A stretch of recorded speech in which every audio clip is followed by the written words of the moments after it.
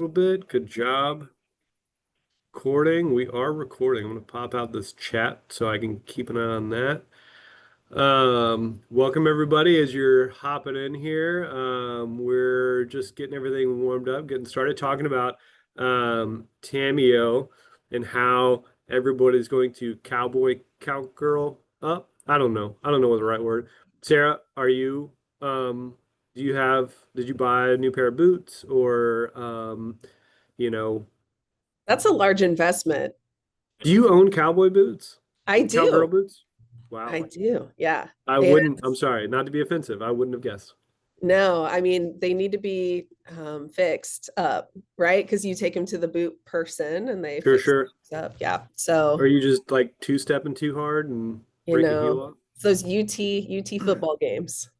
I tell you what, I have a pair of boots. I had to get resold because uh, I was trying to play basketball with my son.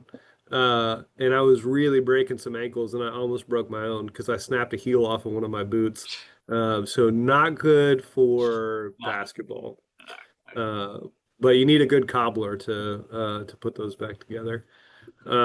Deanna, what about you? Are you uh meeting the Fort Worth theme? I mean, you're right there Yeah, for the I conference this year. boots. I own several pair of boots. Oh, good, good. Yeah. And I But I I wasn't thinking presume about wearing them, but now I guess I should. you have to if you want one of the special I dressed up in my best cowboy uh cowgirl yes Haas stickers at the conference. These are very, very exclusive. I only have, because I've already given two away, 48 of these left. So only 10% of our attendees are going to get yes Haas stickers. I'm a little nervous about that. We're maybe just have a costume contest to see who wears the best cowboy cowgirl gear. So I'm so excited. Mike, do you have Western wear you can wear? I will wear my boots, but now I need to invest in some more Western wear to take to the conference. Now that I hear what you got planned. A bolo tie, a nice paisley pattern vest potentially, maybe some chaps. Oh, Who knows? Who knows? I'm not wearing chaps to the conference. Just FYI. So those that are just joining us, we're talking about conference attire for the award show because we're going to be in Fort Worth. That is not what our webinar is about today. So looks like we're getting settled with everybody in. So we're going to go ahead and kick this part of it off. Thank you to everybody who's joining us today. Thank you to our panelists especially. We're going to do a little webinar right before we get into our full week or a couple of days of education with our conference. And this month, we're going to be talking about budgets. I'm sure as we are, you all are also in a various stage, some stage of budget planning, processing, content development, because we're basically always in one budget year and then the next at the same time. Uh, excuse me. So we've invited a couple of our really smart Tamio members who do a lot of great work with budgets. And they're going to go around and talk about a few things. Please use the question and answer feature for any questions you have. We will take time to answer those questions. Use the chat feature as well. I really want to hear about what people have chosen for their outfits for the Tamio conference, as well as how they do with budgets and things like that. But without further ado, we're going to kick it off. Mike Seacrest from Arlington, DeAnna Phillips from Burleson, and Sara Bustilloz from Round Rock. I think, Mike, we're going to start with you, and we'll just go around the room and do a quick couple-minute intro. all right, awesome, Josh. Thank you. Looking forward to the conference, and good morning, everyone. I'm Mike Seacrest with the city of Arlington. I've been here for about 11 and a half years now. And so for 11 years, we've been working on our budget campaign process throughout. And they were working on it before I was here. But when I got hired during the interview process, one of the first questions was, how do you feel about a budget video? I'm like, oh, great, let's do it. I had never done one. And that's mainly my wheelhouse. And so what I'll do is I have a couple slides here and I'll share with you kind of like a high overview of what Arlington does in their budget process. And like I said, mainly geared towards my wheelhouse, the video, but I have sprinkled in here what we do throughout the communications office in the budget process. So as I mentioned, we produce an annual video focused on the city's upcoming budget. We've been, I've been here for 11 years and we've been doing one each year. And the process for really video ideas and titling or themes and what we're going to do, that begins with us in January. Like, we like to have a deadline of January, but really it's year long. We'll have a working document we send out to the group, be like, hey, does anybody have any ideas? And that involves the whole team. And then all throughout the year, our office works closely with the finance and city manager's office. Our director, Jay Warren, and manager, Kristen, they both meet with the city manager's office. I think, like monthly meetings, and they'll talk about the upcoming budget and what's important and the focusing of the budget. And the budget video and campaign is kicked off on our first meeting in August. So that's the budget kickoff meeting. That's going to be the meeting where the city manager gets in front of the council during the work session and presents his presentation. So he has his presentation with all of the information that the council needs. And then we'll do like an elevated high level video that they show council afterwards. And the presentations that we do in the video, they're similarly linked. They have kind of the same colors, the same fonts, and the presentation, everything. So that way it's the same branding all throughout. And a couple, key notes or some advice that I can pass along is make your video script, your social media language, everything conversational. So you want your audience to kind of know what you're putting out there for them. Be authentic and transparent. If you got to raise a tax rate, or if you're lowering it, be transparent and say, this is the reasons why. And this is, if your garbage rate raises or if your water rate. So you want to pass along that information. And then you want to find a way that your audience can relate to the numbers. We have some themes in our videos. One of my favorite ones was a grocery shopping video that we went out to the grocery store. And we were like, all right, if you buy steak and salmon, it's $40. But for $40 a month, you get these amenities, for the park system. You get all these parks and you get all this land use. So that's a good way to relate it to your audience. So with the budget video campaign, or just the budget campaign in general, we like to break it down into smaller sections. That way we can post it on social media. And then after the budget kickoff, it spreads throughout a month or two. So the videos are broken into smaller segments. They'll be about a minute and a half each. And we take a topic or a section of the video, and we'll break that down and post it on Facebook and Instagram and all the socials. We have also been doing Spanish videos and articles. So we think this reaches a great larger population as well. So I think we've been doing that for about 3 or 4 years or so. So the Spanish video is the exact same video as the English video, and that's also broken into smaller segments to post in social media. We have website articles that go with the budget plan, and then everything's posted on our dedicated budget page on the website. There is a curveball though. This year we had a curveball thrown into us. So it's good to have room to pivot. This campaign and this year started in May. It's a tight, budget year. It's complicated. And I'm sure other cities are facing the same thing. So we started in May, and we're doing a video a week social media campaign. So that will run all the way up until our budget kickoff in August, and then we'll continue it after August. And so some of the feedback, we just see more engagement, more educated, informed questions from our public hearings and on social media. So that is just a high level look at what our budget campaign is for the city of Arlington. It's much more in depth, and I think we'll go into some in-depth topics here as the webinar continues. And I'll stop sharing this. Thank you, Mike. DeAnna, you want to give us a quick overview? Yes. Hello, everyone. Oh, I see Mike's screen. Oh, there it goes. I Um, share the whole time. I That's thought my you bad. were doing great. I was like, he's just You off did the top great of his without head. it. Oh, So well, thanks, guys. go ahead, Deanna.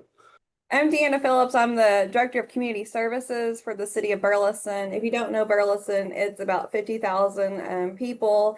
I started here in Burleson about 8 years ago as a Director of Marketing and Communications. At that time, we were a department of one, myself. So I've kind of walked through the budget process in a various different ways with small staffs. Now we have 4.5 people in our communications department, and I oversee much more than the communications now. I oversee the animal shelter, the library, and the senior center as well, and that's what coordinates community services.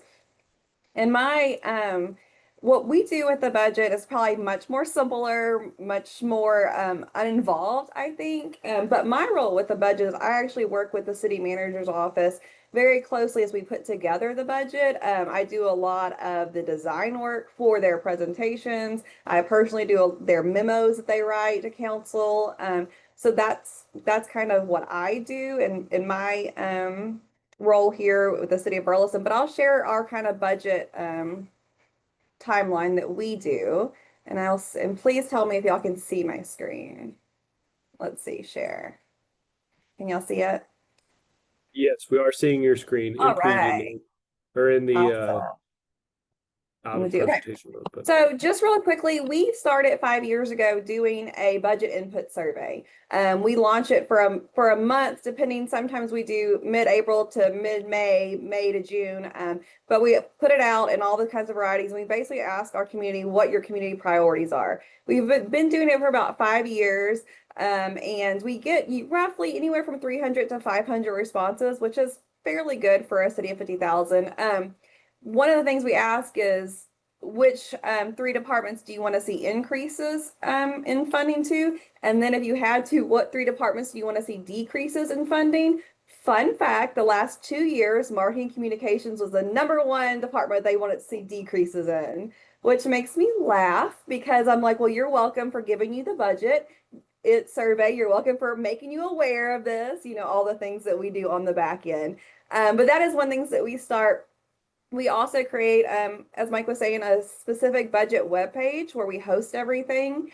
And our city is smaller, and I feel like every budget year, and it's very hard to plan because it changes constantly. And I'm sure a lot of your cities feels the same way. Is like I've had where we've walked up after we've given the presentation to council, and a week later they're like, we want to reduce the tax rate, and then so we've had to go in and change all that. So for us, we really can't decide what the marketing pieces are going to be till maybe July, end of July, and we start creating them in August. If we do a video, we usually launch it in September, and that's really when we do our big launch is September, because we feel like we're pretty certain at that point that council knows what the budget's going to be like. So I'll just run through really quickly. These are 2 separate pages of are very simple web pages. So what we do is we put everything that we talk about with budget on these. We link the presentations and we link the videos.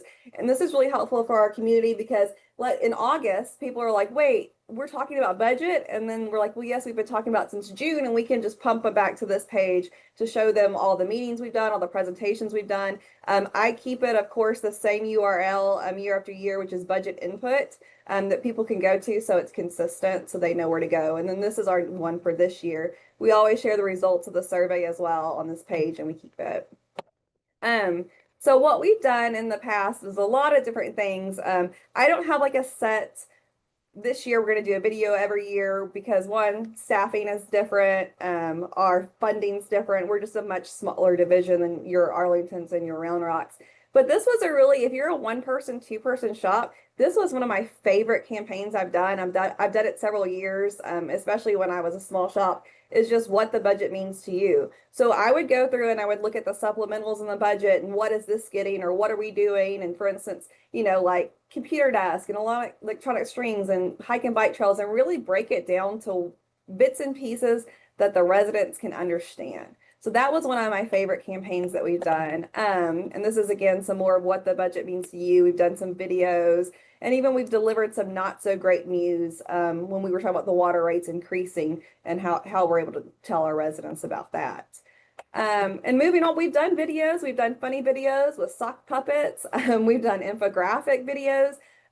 For a team like ours, even though we're 4 to 5 people, it's a very heavy lift to do a great video. And I just give so much props to Arlington and Round Rock, who's able to produce these really fantastic videos. But for us, it becomes very difficult, especially as the budget changes in the process in August or September as we're trying to push these things out.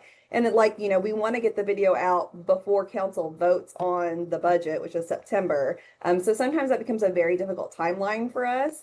So other ways that we pivoted is one of the things that I started doing is quick facts. So when I sit down with the city manager, I'm like, what's the most important facts that are coming out of this year's budget? What do you want people, they give you a book of 200, 300 pages, and they're like, here you go. And I say, well, if I were a resident, what would I want to know? Like really quick. So I've done these graphics too, very quick hits, very high level, just kind of letting the citizens know what that budget means. We also did infographics. For our residents, I feel like they do a much better job with understanding in small bits, or when they can see the information all together. I think when we do videos, they seem to not watch all the way, so then they have more questions for us. So we try to do it in very bits, pieces, more infographics, and really trying to break it down into what they would be able to consume. And then again, this is just a newsletter that we've done again, talking about like the top 5 of it was that year. So that is really quick for the city of Burleson's budget planning that we go through. That is really awesome. I especially like the little, I like all of it, and the consistency of all of it, but the little quick hits, things, those are great little nuggets, that I think anybody could implement. Sarah, what's happening in Round Rock budget wise? Awesome. We'll see if I can manage to show a PowerPoint. I know that's been my struggle today. Okay, let's see. I believe in you. We're gonna tell me, is it showing? There it is. Yep. Does it look good? Awesome. Thank you guys. All right. So I'm going to try to burn through this pretty fast, how Round Rock does our budget. And I have to give some credit where credit is due. I've got my predecessor, Will Hampton, on here. He was the public information officer for the city of Round Rock, communications director for 23.5 years. He runs an awesome blog. He talks about budget all the time on LinkedIn. And I loved from one of his recent pieces, this was the advice he gave, which was to lead with creativity, follow with clarity, and always tell the truth. So we always make sure this is at the front of everything we do. Always telling the truth. So if you're telling folks that their tax rate is being lowered with no context, and they get their bill in the mail and it has gone up, and it has gone up on the city side, not on the county side or the school district side, even though the school district side, it's going up more than it's going on the city side. If it goes up, make sure you tell people that, because you should be able to speak to the values and the overall value that they're getting for the tax dollars that we are compelling from them as a government entity. Are we listening to them? Are we using that money in a way that aligns with their values and our mission? Are we being responsive to the public and responsible to our mission as a government agency? So I always like to start with that. We like to do a lot of fun, and we take some flack from our counterparts. I hear from a commissioner at the county often who's like, everybody's just so nice to you in your comments. Well, it's taken a long time of telling the truth to them to gain some of their respect on that. So here's some ways that we do that. If you're not already doing a community survey, we do ours every other year. We use ETC Institute, but there are a lot of great vendors out there that will do a scientifically, statistically valid survey for you. And what is most important to us, the question that we ask that's the most important, is not kind of just like, hey, what do you think about this? We ask about what is your satisfaction level with certain things throughout the city? And this is a very long survey. I'm just pulling out kind of one question here, but what's your satisfaction level? And then what is the importance level of those? You might not be super satisfied with municipal court. Okay. But how important is it to you that those municipal court services are great? Is there something that's more important? And of course, everything we do is important, but being able to talk to folks about, hey, transportation planning, public safety, you might be happy in those areas, but want to see more. There's not a lot of people that are happy with transportation planning. But when you speak to those values of what's important and what folks want to see you working on, it's hard to argue with that so much. And then, of course, a big part of our timeline is every January we have a strategic planning retreat with our council. And so our council has settled on kind of 6 broad goals. I don't have the actual themes written out here, but they're things like financially sound city, providing high value services, infrastructure, neighborhoods, maintaining our neighborhoods old and new, downtown, sports capital of Texas, you know, and a great community to live in. Are we providing a great community value, quality of life, and that value for our residents? Again, a lot of that comes from the survey. So a lot of what we're doing through all of this is very repetitive. So by the time we get to our budget timeline, we're already having a lot of these conversations. We're already posting about a lot of these projects and things we're doing on social media. So the budget's really a continuation of those things. But I just wanted to show everybody our budget timeline, and just, this is from last year. So it's our dates, you know, it's not going to line up for this year per se. But every late July, we have a workshop with our city council where they sit down and they go through these giant budget books, and we talk about, and again, our finance department loved these icons. So they'd been doing strategic planning for a very long time. But when we were able to give them some visuals for those strategic goals, when we do our budget workshop and we're bringing items in front of council, they'll actually put the icons for the strategic goals that item aligns with. So council can really see, you told us you want to see this in January. And so we are bringing this back to you in the budget in this form. So late July, we're talking to council. We're seeing what they have to say about, you know, how they feel about this year, about public sentiment, what we might be able to expect. And so we're always making sure that we're at that meeting. But we're trying to meet with finance in early July, maybe even late June, to talk to them about what are you hearing from city management? What are you seeing? We're talking with city management where we can about, you know, what are kind of the big themes this year that we're going to need to speak to. So again, that budget workshop with our council is a place that we can confirm that and really hear it with our own ears. Our mayor will even, I think we all get this, where a council member or a mayor kind of do the wink, wink, nod to the communications team in the room and say, I think it's really important we tell the public that blank. And so we write down those couple of things and we make sure, okay, no matter what we do, we're going to say, you know, 1 or 2 things about that here. And then usually after that budget workshop, we generally have what we need from the public to stage our webpage for the budget. We post the actual workbook they used in their workshop and some of the main themes of what is being presented. So then that way, when we come back to our council for that first public meeting, we can let the public know we have a website you can go to for more information. And we do what are called packet briefings. So the Tuesday before our Thursday council meeting, we do a dry run of our whole agenda. It's kind of unique, but it's something where we can kind of say, hey, we're presenting this to you. And if council wants to see something different before the official council meeting on Thursday, we can do that. And those are both open meetings. And then again, the action that they're taking to propose the maximum tax rate and set the public hearings, that's when we do our first news release. And I understand there are a lot of councils out there that might set a max tax rate and not intend to stick with that.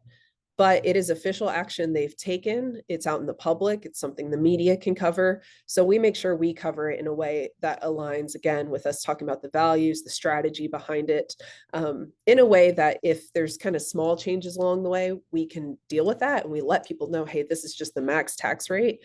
But we try to lead with our chins a little bit on that. And then usually mid-August is when we're talking about getting a video in front of our council.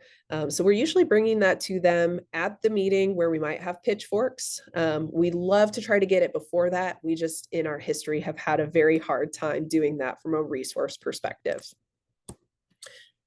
The web pages that I mentioned that we stand up. So if you go to roundrocktexas, all spelled out, .gov/budget, that is where we have our budget web pages, and we have kind of easy to follow graphic icons at the top, the general information about the budget. That's usually once we finish our video, we have it on this page. FAQs. We post very pointed FAQs, which is helpful to have ahead of time so that when we're answering social media questions, we kind of have those Q&As already set up. Resources, I'm going to show you a couple things on that page. And then, of course, we're linking to our financial reports page for past budgets. And they can kind of see the history of that. We also have been using what we call a property tax calculator. We actually presented in front of a Senate committee with Senator Betancourt about how we use our property tax calculator. And we believe that's one reason that now central appraisal districts are required to do that. It's a little bit tricky for us, the timing of it, and we have Williamson County and Travis County, so we like to do our own. But another thing that we do, if you plug in your value of your home, we can say specifically, here's what that looks like monthly, annually. We have a button where they can go to the central appraisal district and grab that number of what their valuation is and walk them through that. We have a 1/2-cent sales tax devoted to property tax relief. We tell them the exact number that saves them. And then we punch in the percentages for the various departments so they can see how their tax dollars are allocated monthly for city services. We also have one that kind of shows how it's divvied up across the taxing entities. But again, that's a little bit repetitive with what the central appraisal districts, or sorry, it's the tax assessor collector, I believe. It's the county that's required to have those calculators now. So we try not to duplicate those efforts too much. And then on that resources page, this is similar, some of the content that we have where we're showing some handouts. Our council can access these. They're 8.5 by 11s.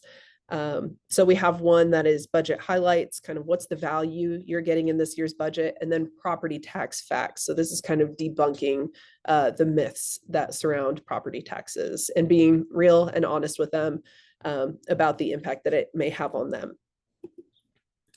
And then budget videos. So again, we're a little bit like Arlington in this. We do have a budget video that we spend quite a bit of time on. And there's been a history of this, but I just wanted to show kind of the evolution of it. So when I came on board, we had Will and Brian Ligon, who's now in Mont Bellevue, just a brilliant mind. They would go out and do these really funny budget videos to get people's attention. And so they did a very simple kind of cat video back in the day. And if you're a smaller team, I mean, the tools, I swear, Brian and Will must just be dying seeing some of the tools that are out there right now, where you could use Canva to make some of this stuff. It's crazy how less resource intensive it is. So you can just be really playful and thoughtful with your theme, but be honest with yourself that you just are maybe 1 or 2 people trying to get this thing across the finish line. They also did a really funny video about Round Rock's amazing value, and they used Ron Pitchman to kind of a used car salesman vibe. But again, one thing that they did that I thought was really great, they had Courtney in our office actually play the homeowner getting her bill and be like, what is this? Doing things that are relatable. We try not to be so funny that we're not being relatable. We still try to make sure that we're doing things that understand that we are compelling money from our residents. So we've upgraded over time. We have, this is our last years where we kind of did the insurance commercial in the locker room. And so over time, we've incorporated more departments, more staff, more people. These require sets where we're talking to people about what they're wearing and what they're going to do, and setting that up takes so much time. If you're a bigger community, absolutely, do it if you've got all the resources for it. But we also understand, sometimes you're just a 1 or 2 person shop, right? So we've kind of done both sides of it. A couple of years ago, we did a Barbie budget video. So just showing behind the scenes, it's just a lot of work to put these things together and pay a lot of attention to those details. We also, these last few years, have converted our budget video from horizontal for like Facebook and for YouTube. And we actually made versions of that for Instagram that are more vertically oriented. But again, this is a lot of resources pouring into that, when maybe you can just run it as a horizontal video, put some money behind it, and run it as an ad and still hit quite a few people. So it just kind of depends the kinds of resources that you're able to make work. And when we post these things, we're making sure that, we're sticking with the theme and the comments back to people. So with that, I know we have a lot more questions, but again, you can see everything that I've talked about at roundrocktexas.gov/budget.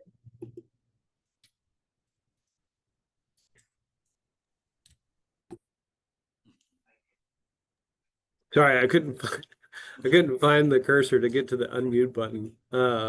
We are so good at doing things virtually. Golly, this is amazing. So, Sarah, that was really impressive. Always great examples from Round Rock. A couple of things that I think is fascinating. I mean, one, how early the process starts. So similarly, our strategic retreat, which we've only been doing for the last probably 4 or 5 years, but significant game changer. We have strategic priorities now, and the goal is, okay, council, you say you want to provide these things for the community. We can start attaching budgets to those. That way, when they balk, we can say, remember, you said save community or whatever. But that starts in February. And then we have early budget input in April, and then we start the budget process. And then I noticed too, when you look at total budget, you have your O&M budget, your CIP budget, and then another budget all grouped together.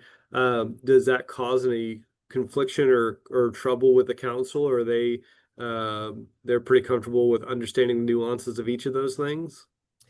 Yeah, our budget fluctuates our overall budget fluctuates so much year to year due to our capital improvement projects. That's just because we have a ton of road projects and larger scale like bond projects underway. So a lot of it is showing to the residents, like when you look at the general funds and kind of the O&M side, we're not seeing a lot of fluctuation. It's really that side because, media is going to want to say they went from 500 to 600 million dollars in 1 year. Oh my gosh. Like, yeah, we're throwing $100 million worth of road projects on the ground, of course. So just, making sure we can split that up.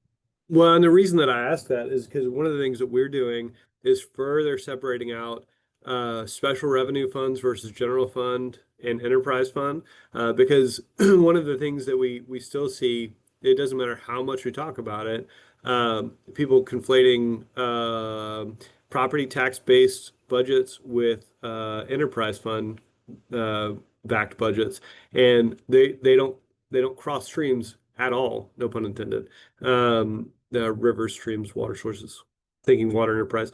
But we get this like, hey, we can lower the property tax rate and then put it into water rates. And we're like, no, you can't. That's not how that works. And so that's one of those like, we can't say it enough times in simple enough terms to make a difference. So this year we're having literally separate meetings for like all the special revenue funds that have very specific parameters like PEG funds and things like that. They're actually separate budget conversations from the property and sales tax backed budgets that we have. So I'm curious to see how that's going to work out. So I'd love to hear from people in the comments too, your experiences or any questions you might have. Couple of talking points I want to kind of go through. First is to theme or not to theme. I have in my own mind sort of how a theme works for a budget, but is it something that you make sure that you have, or it's not important to your process, or where do you all land on giving your budget sort of a thematic shape? We can start with Mike. Okay, I can kick it off. And you know what? Just to prove that I had something here, I'm actually going to hit share this time. Perfect. You did. Yeah. All right. Look at me. I was ready for this topic. So when I started, we did, just a longer video and it didn't have a theme. So then we started to attach a theme to it. Like I believe the grocery store may have been the first real theme that we did. And it made it a lot easier in terms of creativity and finding an angle to shoot video at and what to do, and the script writing as well. So I would suggest to define a theme, that can relate to your residents. Everybody goes grocery shopping. The majority of people have played with Legos. Last year, the city hosted the All-Star game. So we did like a Sports Center broadcast. So people could relate to that. But what I found with the theme is our team, and especially the video department, like we'll research and we'll immerse ourselves in it. We did a cooking show. I had no idea how to do a cooking show. So I'm on YouTube looking at how many cameras we need, what angles, and the same thing with Legos. We spent a month. I mean, that's not all we did, but in our spare time, we'd be like, let's try to make a figurine, like, minifig walk across the Lego thing. So it's fun for the team too. So we've involved like the talents of many of our team members, whether it's putting stickers on things, graphics, or location scouting, anything. And you have fun with it. We have more fun with this process than I believe with no theme. But you do have to be ready to pivot. Like we had a theme leading, the year before COVID. But the year of COVID, that didn't fit to have a theme. It went with a more, let's feature the nonprofits. Let's show how the city is, taking care of the community.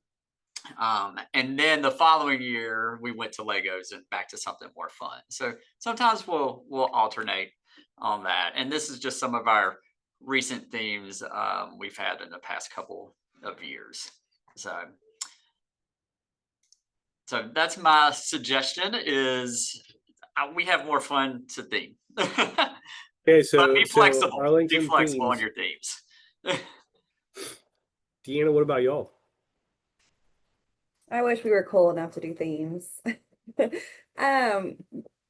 We just don't. Again, the bandwidth of what our organization is. But it is always branded. So it always looks very same. You got that Burleson burgundy. So that's kind of what I would say our theme is. So there's consistency there, but there's not one that's specific to the budget. Right. And like you said, we do a lot of what does the budget mean to you, or the budget highlights. That's kind of always our theme. So, and then are you able to use some of those elements that you create year after year, so you create some patterns for sure. there? Yeah. That probably makes it easier from a production perspective. Yeah, it does. And even with when, I do a lot of things for the finance department, a lot of things for the city manager's office in their budget presentation. So to make all of that branded and look the same, and so the council kind of knows as they're going through the slides what it's going to look like. And you got to spruce it up a little. I always get the PowerPoint presentation on like September 10th at 9 p.m. from finance. They're like, I need it by 8 a.m. the next day. Of course. And they're like, but make it pretty, make it nice. That's amazing. Sarah, what?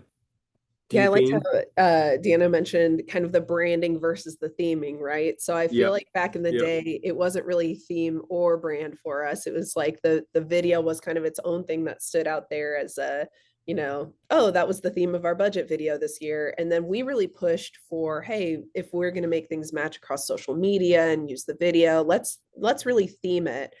And so we did maybe 5 years of like pretty chill themes in the sense of like recipe for success with little social bites and things like that, and then we did blueprint for success and did blueprint sort of vibe to it, and those worked okay over like to our handouts that I mentioned and all of that. But the year we decided to do Barbie and really do something really fun again, we're like, let's do a cats like video. Our finance department was so excited. They sent me a budget book cover that was hot pink Barbie. Yeah. So this is for our budget book that's going to be used for decades in the future. It'd be in our archive. Lean into it. Yeah, exactly. And I was like, you guys are going to get me fired. You're going to get me fired. I love that you're into this. Or it will win awards. Well, the video got an award. The video was great, but I had to have a tough conversation and say, this is going to be a year where the budget book does not need to be branded toward this like kind of fun theme. So there is like what your city manager kind of themes the year and what are the things you're doing. So it's kind of nice if you can get that first and then make it work within the video. So this year we did more sports themed, and it was ahead of the game. So we were able to, like, if you say ahead of the game and you don't even have sports involved, it still makes sense. Yeah. Yeah. So we're trying to ease back into where our budget book stuff can be branded appropriately for the city and make sense for a long time, but still have fun with the video and social. Well, and I think that there is an important there needs to be recognition of what each element is responsible for, right? And being true to that. So a budget book is, like you said, an official document that ends up in the archives that you don't want people 50 years from now being like, what in the hell? Like, what were they smoking back Context then? matters. Right, Context right. matters. And while, you know, we can have fun with vertical video and things like that, you know, certain things need to feel more authoritative, more official, and need to be a bit more mature. It doesn't stop me from pitching the theme like you get what you pay for, or, you know, the horrors persist, but so do we. You know, like, I mean, you got to start with some of those things. And maybe I'm a bit cynical in my senior years, but you know, it has to be sort of fluid in some senses. So sticking with you, Sarah, and we'll just go back around, Sarah, DeAnna, Mike. Is a video a must for a budget process, or you know, video or no video? Do you have to do it? If you're not currently doing one, I would encourage you to really think about if you want to get in that game. It is so resource intensive. Yeah. You know, and we've gotten to the point where we were splitting it out into different like social bites and things like that. But we actually found out if we're posting like 4 times to social media throughout the budget process, it makes like your council feel better that you're doing it. But the truth is, if you post it once and post it really well, you can always put some advertising dollars behind it if you have them. You know, that would be money better spent than like doing a print ad, right? Where it's serving to people over multiple weeks. And then you're making sure you're not exactly like hitting the same person. Like when we split it out into 4 different smaller bite-sized things, you might catch somebody with one of your videos or one of those split up things and not the other. So we've tried to get better at packaging that. But as far as a really like one big video that's 3 to 5 minutes long, it's just so much work. And for us, it is worth it because our council really expects it. It gets shown at the council meeting where you might have the folks with the torches and the pitchforks. It gets shown before they vote on it. It's part of the record. Here's what it is, which is also why we put so much work into, if you watch our videos, you'll see the beginning is kind of fun. And then we kind of do a straight man act at the end that says, okay, but let's break it down for you. And we usually do that part in Canva, where we're actually showing like the graphs and the charts and talking about how we put it together. And so it's an education sandwich. Yes. And it forces us to really, you know, come up with a message and have some fun with it. So it's a good exercise, but if we ever got permission to drop it, I think my whole team would celebrate a little bit. Okay, so, and actually there's a question here from Tommy Reyna that I'll just read out and you can comment on it as you go through this. He asked, what amount of time do you have to develop the budget video? While I was at Dallas, I had 3 to 4 weeks to develop the video and shoot B-roll. This is also not complete until the actual tax rolls were complete and final numbers were in from the business office, which that makes it, I think, impossible. I mean, because the rolls are certified and your budget's adopted effectively. I mean, your budget's produced the next week. We pretty much tell other departments don't bother us for 2 weeks because all we're going to live and breathe is budget video. And so again, being very honest with the number of resources you have. Are you a 1-person team? Are you a 3-4 person team? So usually what we're doing is before tax rolls are certified and all of that, we're doing a lot of like prototyping and concepting. So with Barbie budget video in particular, that was when we were like, this might not look good on camera. And I'm sure Arlington did something similar with Lego. Like, can we do kind of the stop motion? Will it look okay? Can we do it? So we spend a lot of time before the tax rolls are finalized doing that kind of stuff so that there's no question about doing it. And then if we have to go reshoot anything script wise, we can do it in those 2 weeks. But yeah, we just try to cram it in. And then to add to that, Tommy asked a second follow-up question. Is there a sweet spot for duration in videos, you think? That's a good Mike question. We land between 3 and 5 minutes. That's I think that's about about right. That's about what we land. We always have the goal of making it shorter and shorter and shorter, but it just doesn't happen, which is fine, and that's why we split it up into those smaller bites, like Sarah was saying, for social media, throughout the budget process. And Mike, I presume you're in the video camp. For my job's sake, I am pro video. Videos Fair, for everything. Yeah. So yes, pro video, it's intensive, everything Sarah was saying. We start with it, and every year we know it's coming around. And for the timing of it, like I said, this year we're starting earlier, just because of the budget complexities and everything. But usually we'll shoot end of June, a lot of times after 4th of July, and then shoot the whole month, leading up, and then we'll have a week and a half to edit. Finance gets us the final numbers. Like, let's say this year, the budget kickoff is August 5th. It's always the first Tuesday in August. They'll get us final numbers if we're lucky that Monday, the Monday before the meeting. So you're dropping them in, rendering at the last minute. Yeah, and we leave holes in it to where we can drop it in, and so we've kind of gotten the recipe for it, of like how to script it, and somewhat of templates to, all right, this is what we need to put in, this is what we need to leave out, and then we can put in the numbers. And of course, you're always shooting in like 200-degree weather, right? Yes. It's always like July and August. Yeah. One thing I didn't mention too is, as you're planning, if you're doing a theme and you're planning a video like that, it's really nice to get like drone shots in the spring if you're a drone team, or whatever B-roll you need to get. If you want to get those beautiful community shots, obviously springtime is a wonderful time to do them anyway, because your community is looking awesome. But that's something we fight with every year too, is like, is there a way that we can be not so unique with our video this year, that we can use B-roll that we'll use in other places, that we could use for the state of the city video this year. So if you're a smaller team, it's really smart to work smarter, not harder on that kind of stuff, and get what you can. Now we have a lot of construction projects going on.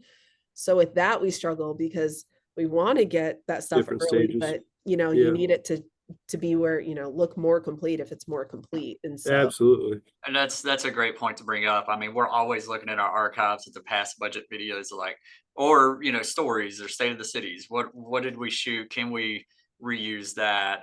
If not, we're gonna go out and shoot new stuff, drone stuff. Like she says, springtime. I also do some of my earliest mornings. I'll come in as the sun's rising in the summertime in July to get the drone shots, or as it's setting. We try to lean on our PD drone teams as well. So we buy them some of their equipment and say like, hey, you're going to be using this for all kinds of stuff. Get us B-roll while you're at it. Get some of these cinematic shots to try to get as much of that as possible. DeAnna, what about y'all? Do y'all do a budget video or no? We have in the past. I haven't done them in the last 2 years. I think we did them we're 3 years in the last 2 years. We haven't, just because our budget's been kind of unsure. And it's just a lot to carry across the line when really in September we're still making decisions, and it's just not time worthy for us. I mean, they're changing the PowerPoints before we're walking into the meeting sometimes, and that's just terrifying. I can't promise to give a good quality product if that's what's happening. So we do the best. Only commit to what you can do well, right? What? Only commit to what you can do well. Right. And before we've had it where it's finished, the budget's finished, and we do the video, and to me that doesn't really serve the purpose. It does educate the public, but it doesn't let them have an opportunity to voice. Luke Simons had a question. He said, can you all discuss what your approval processes look like? How much of those videos or other messaging run up the chain, and really how far up the chain? And are they able to reply in a timely fashion? So if somebody wants to chime in on that, shooter's choice. Yeah, we meet with our city manager. Like if we script it out, we'll script it out in early June or whatever, and then we'll have meetings with our city manager along the way throughout the process. He'll look at 1 or 2 drafts of the video, and we sit in his conference room and be like, okay, I like that, I like that. Can we change that slightly, you know, or the wording, and we're really receptive to that because, you know, I look at it as it's his show, he's presenting the budget. And then, as I mentioned earlier, this year it's different. Kristen and Jay have been meeting with him quite regularly, and so they have a good pulse on what he wants to feature this year and how we want to, you know, write the language into the script and into the social media posts. Got it. I think it's really important to be aware of what your brand of your shop is within your organization. Are you really trusted? Are you considered like, oh, well, that's communications. They do weird stuff and they have fun. Like if so, take advantage of it, right? Like if people are used to that and you're not going to get fired over it, or be willing to get fired over it, I guess. Which is kind of my story. But yeah, because I find the more that if we go fun and we do all of this, the more I let people in on the front end, they're scared. And then I have 3 weeks of not only trying to get this thing shot and done, I've got city managers that are like, what is it that you're doing? And the council, like, we heard something about Barbies. Are you aware of like that could come across wrong? I'm like, just trust the vision, trust the vision. And so I think, you know, if you've got like a larger team and you're the leader of that team, you have to like be willing to take some risk to say, let's get this done. I know I can see the vision, we can get it there. Whereas if it's more of like an official, you know, video that's, you know, doesn't have as much of that, you can show them kind of along the way. But I think showing little finished tidbits that get them excited is, for me, has been more helpful than like showing the whole thing. And again, like having it in the stages where we're like putting stuff on our website for the public, the FAQs, it's like, okay, are y'all okay with the language we're using here?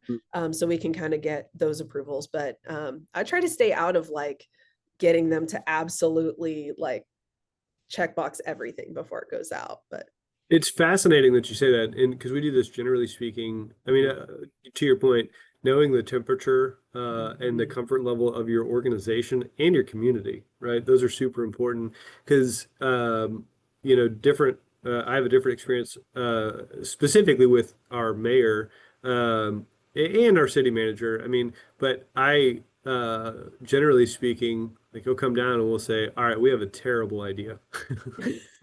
And he loves it. Like he wants to explore those things and then figure out how to make them good. And so, I mean, it's taken us time, right? We didn't start there with him, but he's intimately involved in our process, and then he helps bring the rest of council along, which is a fascinating experience for us. But every community is different, right? Yeah. DeAnna, what about y'all? The values, the strategic goals. I mean, there's a difference between doing a Barbie budget video that includes none of that and doing one that is very fact-based and includes, you know, and is speaking to those values and those goals that you can point out. Yep. Mix of what Mike and Sarah does. So I work very closely with the city manager's office. I probably actually work closer with the city manager's office than finance does on a lot of this end stuff. So you're writing their memos and things like that too. Right. Yeah. So what I always make sure is, one, that the information is correct. The numbers are correct, because I swear that numbers change like nobody's business. And so the numbers are correct, and that the way that I'm saying it is correct, because they say it very different than I want to say to the public. And sometimes they're like, yeah, that's right, but you really feel like you're leading in this way. So that's one of the things I always want to make sure. And then we kind of do our own vision or whatever we're going to do, and then we just show it to them at the end. But I mean, I think, kind of like Sarah said, you know, as you go along the steps of the process, to make sure that you're saying the information correctly. But at the end of the day, when we shoot our videos, it's done and they can see it at the end and make sure the numbers are correct. Yeah, and I have some advice too. If the city manager wants to look at a video, make sure it's somewhat completed, because I'm bad about this. I don't want to show anybody a video until it's really completed, and then they can make some changes. But I think it was the first year or two we went in the city manager's office, and now he trusts us more. But back then he didn't know what we were getting into, and we had a review, and I just had the audio track, some music, and nothing laid down. And it was just, I had nightmares about that. And so if you're showing city managers, finance, or anybody that deals with the budget, wait, tell them just hang on just a little bit until you have something laid down visual that they can see. Somebody gave me a piece of advice. I don't remember who it was, but they, knowing me, said resist the urge to show something too early. Because I want to, I'm like, look at this thing we did. It's so amazing. And I can see the long-term vision, but it's not far enough along to bring other people into it. And that's that's a tricky skill, I think, to get right, to do well. So that's an interesting perspective, Mike. We're coming up on the end of our time here. So closing comments, just real quick. If there's one thing you could change about what you do with a budget, content wise or process wise, whatever, what would it be? Mike, start with you. All right. We mentioned the shorter videos, but they are what they are. But I think really, and I think we're all struggling with this, is having the process be more interactive with residents, the average person. And not just the regular people that will comment all the time, that who's going to comment or that's going to come to our budget public hearings, but how to get the engagement with them. And maybe those little tidbits on social media, on Instagram, reaches a different audience than your Facebook or your Twitter or just the in-person meetings. So if anybody has any good tips on that to share, that'd be great. But I think that's the one thing that we could change, improve, and work towards. We're working on a balancing act now to try to improve that engagement. So I'm curious to see how hard that's going to bite us in the ass, but time will tell. DeAnna? Gosh, if we could get more time, that would be great. You're so funny. So, I mean, time, resources, just things like that. Yeah. That's a fair request, and one I feel like I hear all the time. Sarah? Yeah, I think we've kind of talked about theme and video. There are definitely some things that I feel like we've come to be expected to do certain things, and so we do them. So it'd be nice to get rid of that and do something really innovative. But we try to do things innovatively as we can within the tools that we have. I really love kind of what Mike said about being interactive. I think if we had time, when we had time back in the day to do that calculator, that was super popular. I know in our history, we've done kind of a charrette or an event where people could go in and kind of say, charrettes. Yes, where they said, I want a Lexus level of fire department and a Toyota level of library. And, they could kind of like do that and then see how much it actually costs and see how easily they blow the budget. Yeah, so I would love to do that at like a brewery or something, but I would attend that. Yeah. So I think send us the invites. Yeah. Again, it is really that time crunch that we have. So we spend so much time speaking again to those broader values and larger projects. So we don't have to be doing a lot of scrambling last minute, which makes it hard. Very good. Well, Mike, DeAnna, Sarah, I want to thank you all for your dedication of time. We really appreciate it. This conversation has been helpful for me, hopefully, for everybody in attendance, and for everybody in attendance, including everybody on the panel. Next week, we will be in fabulous Fort Worth for the 51st annual Tameo conference. And I can't wait to see you because we got shirts. I'll be bringing these up with me. I'm so excited. Like, this is probably this is the thing I'm most excited about right now. And they're really soft. So I'm sorry for whoever's shirt this is. I just wiped my face on it. So we're not going to do a webinar in June because we will be at our conference and learning from each other. So we hope to see you all there. and we'll get back on the conference, the webinar circuit starting in July. So thanks for everybody for joining us today, and we will see you next week. Bye, y'all. Thank you. Thank you.